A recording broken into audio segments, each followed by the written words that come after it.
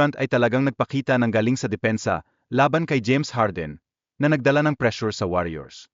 Ang mga ganitong eksena ay super importante para sa tagumpay ng team. Hindi magamali. Ang shooting ng Warriors, lalo na si Klay Thompson, ay nagbigay ng massive contribution sa kanilang lead. Ang mga long-range shots nila ay talagang nagpasiklab ng momentum sa laro. Ngunit, hindi lahat ay perfect. Ang mga turnover ng Golden State ay nagbigay ng chance sa Houston.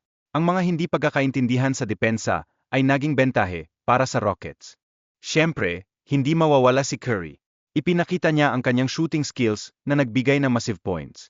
Ang mga tira niya mula sa malayo ay talagang susi sa kanilang victory. Samantala, ang depensa ng Houston ay nahirapan na makasabay sa galaw ng Warriors. Ang tamang koordinasyon sa pagitan ng mga manlalaro ay sobrang important para makuha ang bola at makapagpuntos. Totoo yan. Ang mga bench players ay hindi rin nagpapatalo. Ang kanilang sariwang enerhiya at mga puntos ay talagang nakatulong para mapanatili ang momentum ng laro. Ano pean gabi a? Ipinakita ni Draymond Green ang kanyang galing mula sa atake hanggang depensa na nakatulong sa kanyang team na makakuha ng puntos.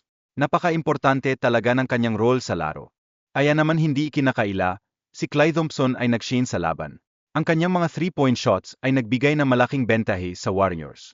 His performance was crucial for their win. At huwag kalimutan si Eric Gordon.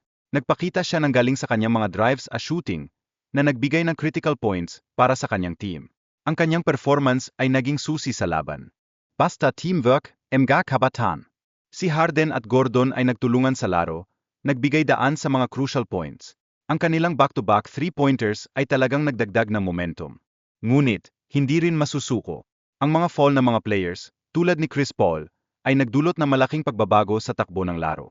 Ang kanyang technical foul ay nagresulta sa pagkaka-eject niya. Sa kabila niyan, mahalaga ang mga defensive plays.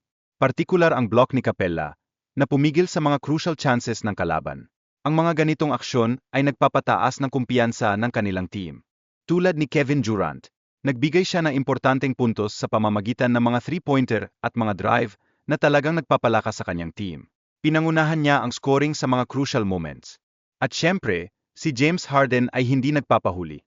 Ipinakita niya ang kanyang kakayahan sa paglikha ng mga chances, lalo na sa kanyang mga step-back 3-point shots. Ang kanyang presensya sa court ay talagang nagdudulot ng takot sa depensa. Pagdating sa depensa ng Warriors, ang mga galaw ni Draymond Green ay nagbibigay ng hamon sa atake ng Rockets. Ang mga crucial blocks at rebounds ay nagbigay ng chance sa Warriors na makabalik sa laro.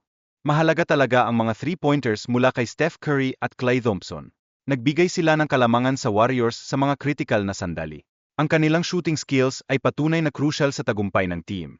Sa huli, ang depensa ng Golden State ay naging matatag.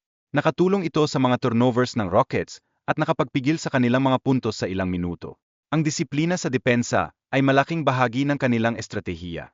At syempre, si Draymond Green ay hindi nagpahuli. Ipinakita niya ang kanyang kakayahang gumawa ng plays mula sa assists hanggang sa rebounds. His versatility is a huge benefit for the Warriors.